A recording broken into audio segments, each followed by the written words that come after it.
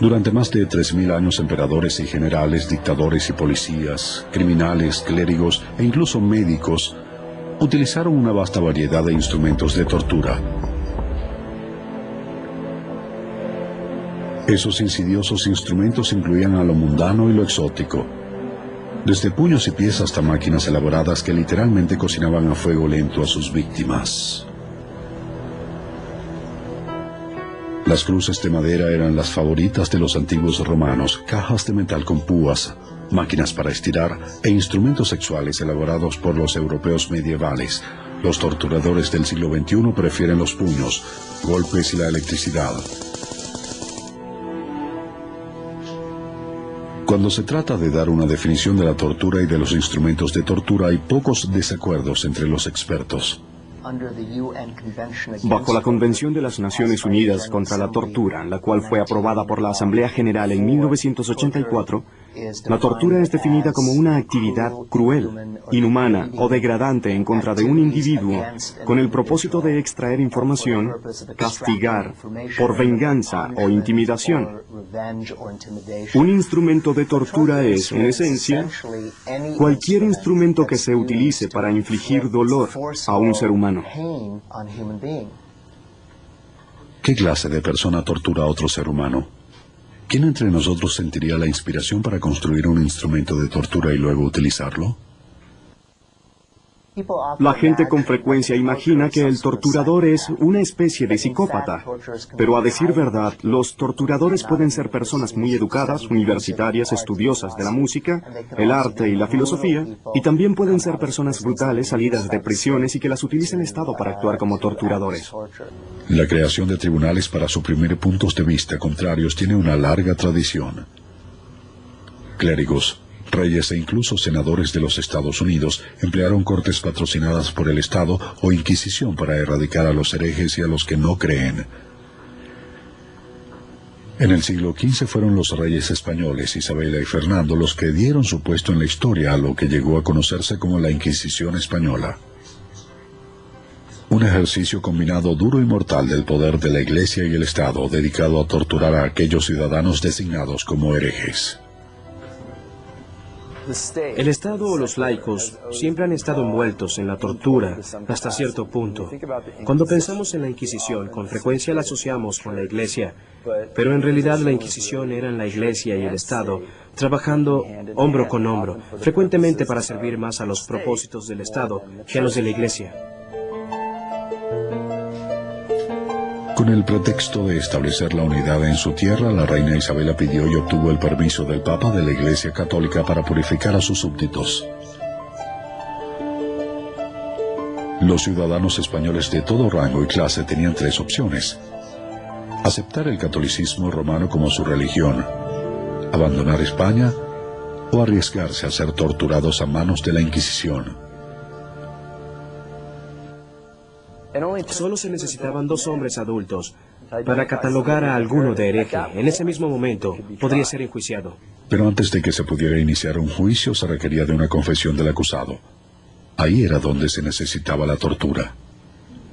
Una sesión de tortura típica durante la época de la Inquisición con frecuencia involucraba el uso de una cantidad de herramientas diferentes que estarían presentes y habría también una cantidad de personas participando.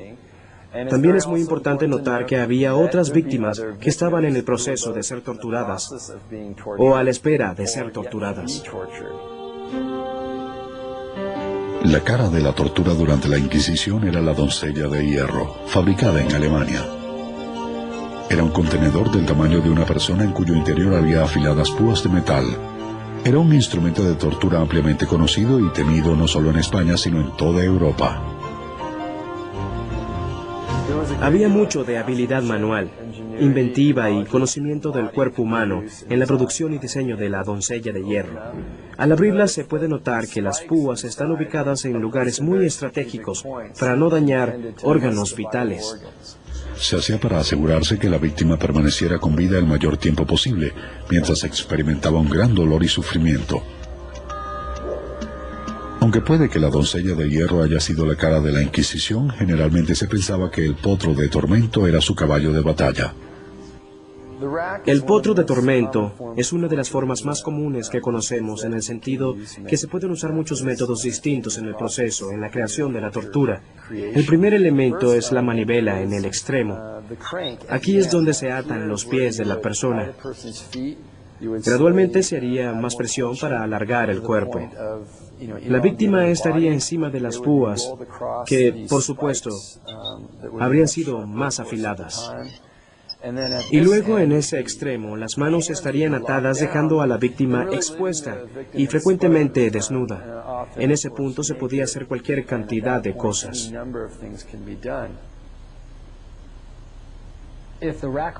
Si el potro de tormento continuaba, potencialmente se daría la ruptura de tendones y ligamentos y lesiones a los nervios que podrían ser crónicas y de por vida.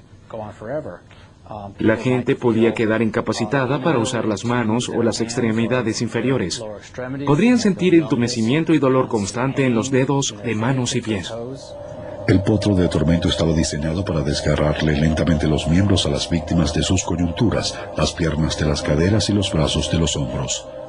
El diseño de los instrumentos de tortura cambió mientras la tecnología se hizo más avanzada. Durante el siglo XIX hizo su aparición una silla completamente forjada de metal, simplemente llamada silla de interrogación. Pronto se hizo común a lo largo de Europa.